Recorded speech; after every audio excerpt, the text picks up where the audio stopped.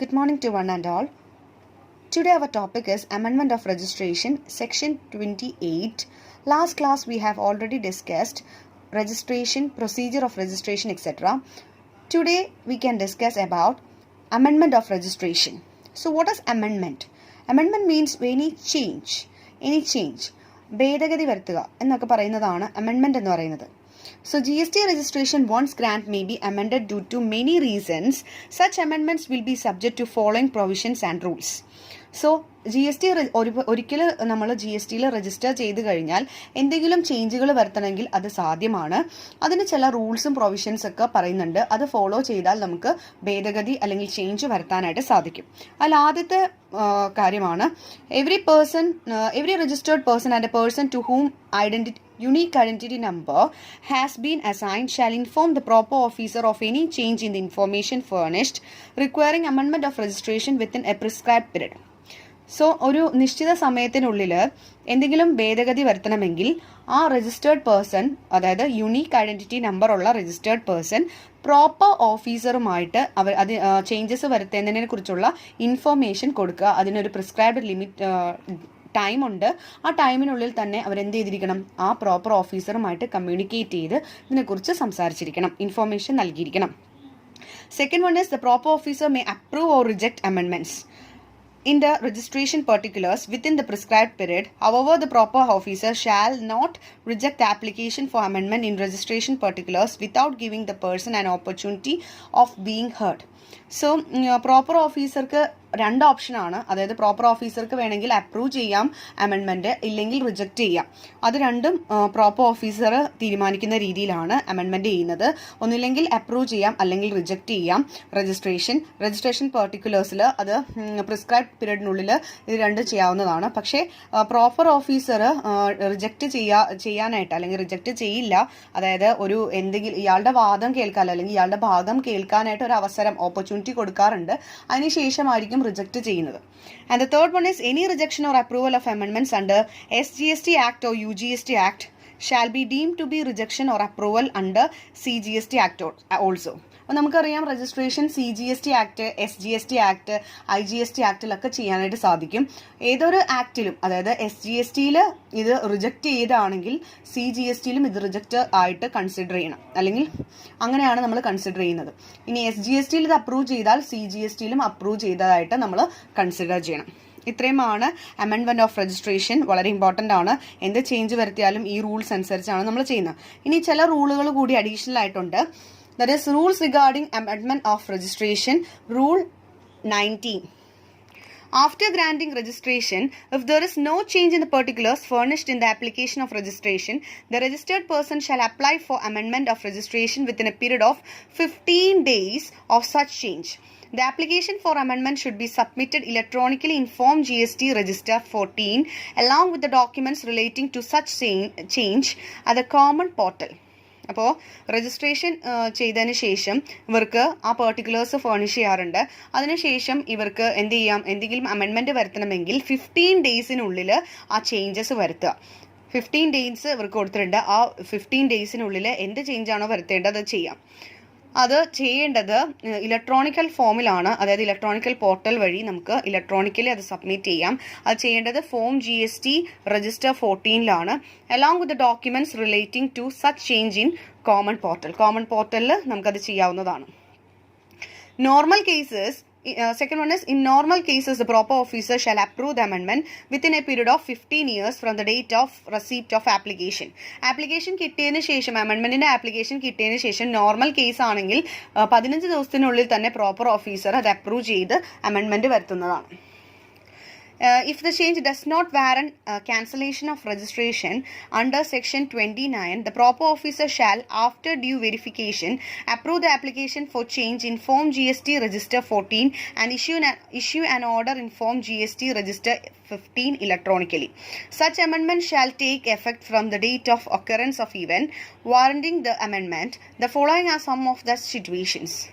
അപ്പോൾ ചേഞ്ചസ് എന്ന് പറയുന്നത് ചേഞ്ച് വരുത്തുന്നത് രജിസ്ട്രേഷൻ്റെ തന്നെ ക്യാൻസലേഷൻ ആയിട്ട് മാറുന്നില്ല എന്നാണെങ്കിൽ നമ്മൾ സെക്ഷൻ 29 പ്രകാരം രജിസ്ട്രേഷൻ്റെ തന്നെ ക്യാൻസലേഷൻ ആയിട്ട് മാറുന്നില്ല എങ്കിൽ പ്രോപ്പർ ഓഫീസറിന് വെരിഫൈ ചെയ്തതിന് ശേഷം അപ്രൂവ് ചെയ്യാം, ആപ്ലിക്കേഷൻ അപ്രൂവ് ചെയ്യാം. അങ്ങനെ അപ്രൂവ് ചെയ്യുന്നത് ഫോം GST രജിസ്റ്റർ 14 അങ്ങനെ അപ്രൂവ് ചെയ്ത് കഴിഞ്ഞാൽ ഒരു ഓർഡർ ഇഷ്യൂ ചെയ്യും. അത് form GST register 15 electronically approve ചെയ്യുന്നത്. Such amendment shall take effect from date of occurrence of event warranting the amendment. Amendment occur ചെയ്യുന്നതിന് ശേഷം അല്ലെങ്കിൽ ഒക്കറൻസ് അല്ലെങ്കിൽ ആ ഒരു അമെൻമെൻറ്റ് നടത്തിയതിന് ശേഷം അത് എന്താ പറയുക അമെൻമെൻറ്റ് നടത്തി എന്നുള്ളത് പറയും. ഇപ്പോൾ എന്തൊക്കെയാണ് സിറ്റുവേഷൻസ് അമെൻമെൻറ്റ് അല്ലെങ്കിൽ ചേഞ്ച് വരാനുള്ള സിറ്റുവേഷൻസ് എന്തൊക്കെയാണെന്നുള്ളതാണ്. Change of name of business, നമ്മൾ ബിസിനസ്സിൻ്റെ പേര് മാറ്റുകയാണ്. അതായത് ABCD എന്നുള്ള ബിസിനസ് നമ്മൾ XYZ എന്നാക്കുകയാണ്. അപ്പോൾ പേര് മാറ്റുകയാണ്, ബിസിനസ്സിൻ്റെ പേര് മാറ്റുമ്പോൾ അതൊരു ചേഞ്ചാണ്. അത് നമുക്ക് രജിസ്റ്റർ ചെയ്തിരിക്കുന്നത് എന്തായിരിക്കും ABCD എന്നുള്ള പേരാണ്. അത് നമുക്ക് എന്താക്കി മാറ്റണം XYZ എന്നാക്കണം. അപ്പോൾ അത് ഒരു ചേഞ്ചാണ്. അത് ഒരു അമെൻമെൻറ്റിൻ്റെ റീസണാണ്, സിറ്റുവേഷനാണ്. Next is change in address of principal place of business. നമ്മുടെ പ്രിൻസിപ്പൽ പ്ലേസ് അല്ലെങ്കിൽ മെയിൻ ബിസിനസ് ഹെഡ്ക്വാർട്ടേഴ്സ് അല്ലെങ്കിൽ മെയിൻ ബിസിനസ് നടക്കുന്ന പ്ലേസ് എന്ന് പറയുന്നത് കേരളയായിരുന്നു. പക്ഷെ നമ്മളിപ്പോൾ ഇവിടെ നിന്ന് കേരളയിൽ നിന്ന് മെയിൻ ബിസിനസ് പ്ലേസ് നമ്മൾ തമിഴ്നാട്ടിലേക്ക് മാറ്റി. അങ്ങനെയാണെങ്കിൽ ആ മാറ്റം നമുക്ക് രജിസ്ട്രേഷൻ ചെയ്തപ്പോൾ നമ്മൾ അവിടെ കേരള എന്നാണ് എഴുതിയിരുന്നത്, അത് നമുക്ക് തമിഴ്നാടാക്കി മാറ്റണം. അപ്പോൾ അത് ഒരു അമെൻമെൻറ്റിനുള്ള റീസണാണ്, സിറ്റുവേഷനാണ്. ഇനി അഡീഷണൽ പ്ലേസ് ഓഫ് ബിസിനസ്, കൂടുതൽ ബിസിനസ്സുകൾ നമ്മൾ കൂടുതൽ ബ്രാഞ്ചസ് നമ്മൾ പല സ്ഥലങ്ങളിൽ തുടങ്ങി, അതിൻ്റെ ഭാഗമായിട്ട് വേറൊരു സ്റ്റേറ്റിലും കൂടി തുടങ്ങി. അപ്പോൾ അത് ഒരു ചേഞ്ച് ആണ്, അതും ഒരു സിറ്റുവേഷൻ ആയിട്ട് എടുക്കാം. Next is addition, deletion or retirement of partners or directors, karta or other members responsible for the day-to-day affairs of business. ഇനി അഡീഷണൽ ആയിട്ട് നമ്മൾ നമ്മുടെ ബിസിനസ്സിലേക്ക് ആരെങ്കിലും ആഡ് ചെയ്യുന്നു, ഏതെങ്കിലും ഒരു പാർട്ട്ണർ, നമ്മൾ ABC ഉള്ള പാർട്ട്ണറായിരുന്നു, നമ്മൾ Dനെ കൂടി നമ്മൾ എന്ത് ചെയ്യുന്നു നമ്മുടെ പാർട്ട്ണർഷിപ്പ് ഫേമിലേക്ക് എടുക്കുന്നു. അത് അഡീഷനാണ്. അഡീഷണൽ ആയിട്ട് ഒരു പാർട്ട്ണർ കൂടി വരികയാണ്. അപ്പോൾ നമ്മൾ രജിസ്റ്റർ ചെയ്തപ്പോൾ 3 പേരുടെ എഴുതിയിട്ടുണ്ടായിരുന്നുള്ളൂ പേര്, ഇപ്പോൾ ഒരാളുടെയും കൂടി നമുക്ക് എഴുതണം.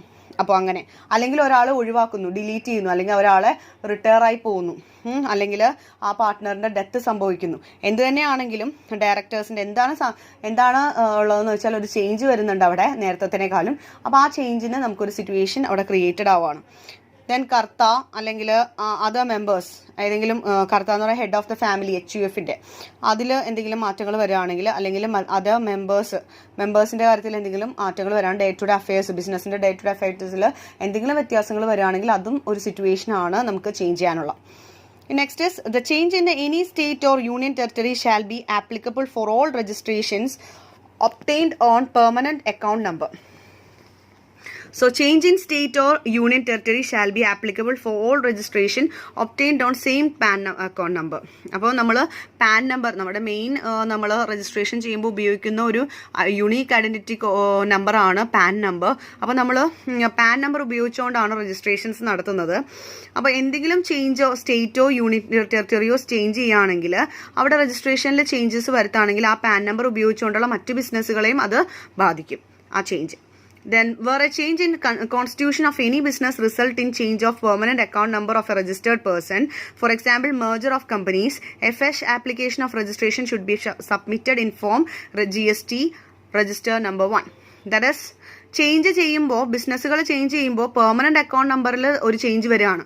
അതായത് ഫോർ എക്സാമ്പിൾ നമ്മൾ A ലിമിറ്റഡ് എന്ന് പറഞ്ഞൊരു കമ്പനി A എന്ന് പറയുന്ന വ്യക്തി മിസ്റ്റർ A നടത്തിക്കൊണ്ട് പോരുമായിരുന്നു.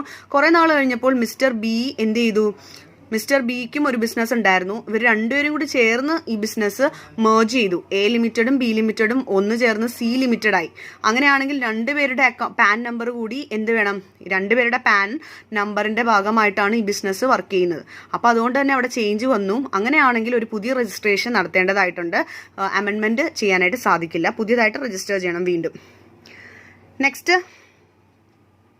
Next is any change in the mobile number or email ID, email address of the authorized signatory shall be carried out only after online verification as provided in Rule 8. അപ്പോൾ mobile നമ്പറോ email I deo എന്തെങ്കിലും വ്യത്യാസങ്ങൾ, അതായത് നമ്മൾ സിഗ്നേച്ചറിലും എന്തെങ്കിലും വ്യത്യാസങ്ങൾ of the അഥറൈസ്ഡ് signatory, അതായത് റെപ്രസെൻറ്റേറ്റീവായിട്ട് നമ്മൾ വെച്ചിരിക്കുന്ന ആളുടെ മൊബൈൽ നമ്പറോ അല്ലെങ്കിൽ ഇമെയിൽ ഐ ഡിയിലോ എന്തെങ്കിലും വ്യത്യാസം ഉണ്ടെങ്കിൽ അത് ഓൺലൈൻ വെരിഫിക്കേഷനിലൂടെ മാത്രമേ അത് ചെയ്യാനായിട്ട് പാടുള്ളൂ. Seventh one is where a proper officer is of opinion that the amendment is not warranted or the documents furnished are incomplete or incorrect, he may serve a notice to the registered person within 15 days working from the date of receipt of application. ഇനി proper ഓഫീസർക്ക് തോന്നുകയാണ് ഈ അമെൻമെന്റ് എന്ന് പറയുന്നത് നല്ല രീതിയിലല്ല നടന്നിരിക്കുന്നത്, അതായത് ഈ അമെൻമെന്റിന് തൃപ്തികരമല്ല, അങ്ങനെയാണ് അയാളെങ്കിൽ ഇൻകംപ്ലീറ്റ് ആണ്, കറക്റ്റ് അല്ല എന്ന് തോന്നുകയാണെങ്കിൽ 15 ദിവസത്തെ നോട്ടീസ് അയാൾക്ക് കൊടുക്കാവുന്നതാണ്. അതിനുശേഷം റെസിപ്റ്റ് തന്നതിന് ശേഷം 15 ദിവസത്തെ റിജക്റ്റ് ചെയ്യാൻ പോവുകയാണ്, അല്ലെങ്കിൽ ഇത് ഇൻകംപ്ലീറ്റ് ആണെങ്കിൽ അത് കംപ്ലീറ്റ് ആക്കാൻ വേണ്ടിയിട്ടുള്ള ഒരു നോട്ടീസ് കൊടുക്കാവുന്നതാണ്. Then the eighth one is the person shall furnish a reply to the notice to show cause within the period of 7 working days. ഈ നോട്ടീസ് 15 ദിവസത്തിനുള്ളിൽ കൊടുക്കുമെന്ന് പറഞ്ഞല്ലോ. ആ നോട്ടീസ് കിട്ടിയതിന് ശേഷം ആ പേഴ്സൺ 7 ദിവസത്തിനുള്ളിൽ ക്ലാരിഫിക്കേഷൻ അല്ലെങ്കിൽ കാരണം കാണിക്കൽ എന്ന് പറയും. ഷോ കോസ് മീൻസ് കാരണം കാണിക്കൽ നോട്ടീസാണ് അയച്ചത്, അപ്പോൾ ആ കാരണം എന്താണെന്നുള്ളത് വ്യക്തമാക്കണം 7 ദിവസത്തിനുള്ളിൽ. Where the reply furnished is found to be non-satisfactory or where no reply is furnished with a period of prescribed period, the proper officer shall reject the application and pass an order in form GST Register 5. അതായത് proper officer എന്താ ചെയ്യുക, ഇത്രയും ഇത് show cause notice കൊടുത്തിട്ട് അയാൾ respond ചെയ്യുന്നില്ല, അതുപോലെ തന്നെ അയാളുടെ റെസ്പോൺസ് എന്ന് പറയുന്നത് സാറ്റിസ്ഫാക്ടറി അല്ല, തൃപ്തികരമല്ല എങ്കിൽ, അതായത് ഈ പറയുന്ന പ്രിസ്ക്രൈബ്ഡ് ഡേറ്റിനുള്ളിൽ അയാൾക്ക് തൃപ്തികരമായ ഒരു മറുപടി തരാൻ സാധിക്കുന്നില്ലെങ്കിൽ പ്രോപ്പർ ഓഫീസർക്ക് ആപ്ലിക്കേഷൻ റിജക്റ്റ് ചെയ്യാനുള്ള എല്ലാ സ്വാതന്ത്ര്യവും ഉണ്ട്. റിജക്റ്റ് ചെയ്തതിന് ശേഷം അത് ആ ഓർഡർ ഫോം GST Register 5 നമുക്ക് പബ്ലിഷ് ചെയ്യാനായിട്ട് സാധിക്കും. ഇതാണ് റൂൾസ് ഓഫ് അമെൻമെന്റ്. ഒരെണ്ണം കൂടി ഉണ്ട്. ദിസ് 10th one is,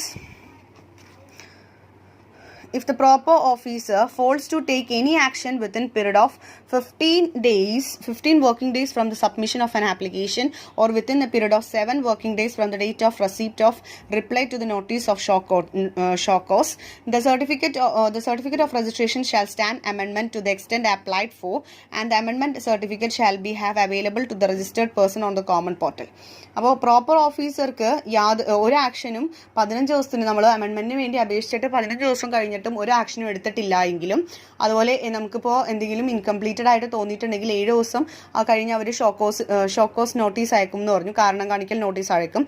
ആ കാരണം നമ്മൾ വ്യക്തമാക്കിയിട്ടും 7 ദിവസം കഴിഞ്ഞും അവിടെ നിന്ന് ഒരു റെസ്പോണ്ട് ഇല്ല എങ്കിൽ നമുക്ക് എന്ത് ചെയ്യാം, നമ്മുടെ അമെൻമെന്റ് അവർ അംഗീകരിച്ചു അല്ലെങ്കിൽ നമ്മുടെ ചേഞ്ച് അവർ അംഗീകരിച്ചു എന്ന് ഉറപ്പിക്കാം. അങ്ങനെ ഉറപ്പിച്ചതിന് ശേഷം നമ്മുടെ രജിസ്റ്റേർഡ് ആയിട്ടുള്ളവർ കോമൺ പോർട്ടലിൽ നിന്ന് ആ അമെൻമെന്റ് ചെയ്തിട്ടുള്ള ഭേദഗതിപ്പെടുത്തിയിട്ടുള്ള രജിസ്ട്രേഷന്റെ ഫോം വാങ്ങുക. ഇത്രയുമാണ് അമെൻമെന്റിനെ കുറിച്ചുള്ളത്. വളരെ ഇമ്പോർട്ടൻ്റ് ആണ്. അപ്പോൾ ഇത്രയും നിങ്ങളുടെ ടെക്സ്റ്റ് ബുക്കിൽ ഇത് കാണുന്നില്ല അമെൻമെൻറ്റ്, പക്ഷെ നമ്മുടെ സിലബസിലുള്ളതാണ് അമെൻമെൻറ്റ് ഓഫ് രജിസ്ട്രേഷൻ. വളരെ ഇമ്പോർട്ടൻ്റ് ആണ് അമെൻമെൻറ്റ് എന്താണെന്നും അതിൻ്റെ റൂൾസും.